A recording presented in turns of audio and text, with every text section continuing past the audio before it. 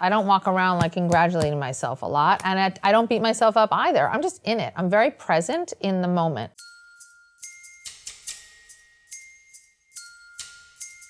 You described that you had a mother who was a fashion executive. Your father ran his own business as well. How did it shape how you thought you wanted to pursue what you're doing now? I had a seat at the table from the time I was 15 years old. I was able to listen, be a fly on the wall, occasionally participate, occasionally be asked for my opinion. We were always in dynamic dialogue, sort of shaping and creating ideas together. I read that when asked about what you wanted to be when you grew up, you said a CEO. I think that was always who I was. That natural sort of ability to convene, ability to bring like a multidisciplinary kind of Renaissance-like thinking around a table and then find a way to make all of that work has been something that I've always been interested in. You talk so much about creating this connected community. What have you learned about building community across your career? When I think about community, I actually take away faces and I take away places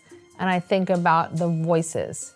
We've been cohorted by our political affiliations, our religious affiliations, how much money we have on our credit card, where we live, what our demography is, and you can go on and on and on and on and on.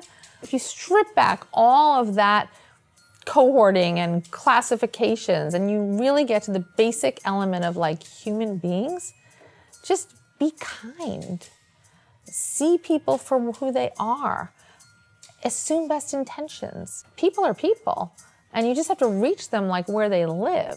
You said that success doesn't come by asking for forgiveness. What did you mean by that? If you see something, if you want to try something that hasn't been tried before, or that might be a daring place to go, or that might make other people uncomfortable, but you clearly see it, do it, and then ask for forgiveness later.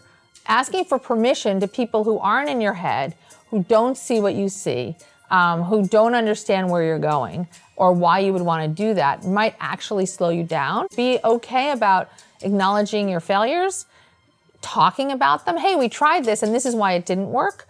But then saying, and we tried this and look what happened. You've had so many entrepreneurs come through your door. When they do come through your door, what has made you sit up and listen? Entrepreneurs have to have a few different things in their toolkit. They have to have grit and determination and relentless pursuit of their ideas. They have to be able to have the opposite of that, which is the ability to see the big picture and how to bring the smartest people around them and to be vulnerable to actually say, I actually need help with these things, and that would accelerate. And the confidence to be vulnerable is actually one of the greatest qualities of an entrepreneur, and you don't always see that.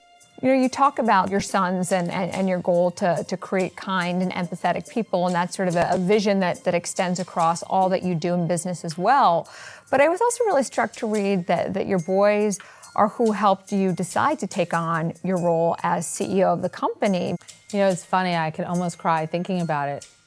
They see me in a way that maybe I hadn't even seen myself. I've always focused on being present at what I believed were the moments that mattered, which came at a cost. As they entered high school, you know, I was the head of the Freshman Parents Association and Jacob was going to college and I wanted to help him with all those things. And they said, we're good. And I said, well, you don't understand, like taking on startup, but da-da-da-da. They're like, Mom, if you don't go and run Brandless, it would be like you not raising us. And I remember Jacob, and this is where I laughed so hard, he said, look, I'll tell you what, get it to $1 billion top line and then hire some operators. And I was like, oh my God, you've had too much time at the table. Do you even know what that means?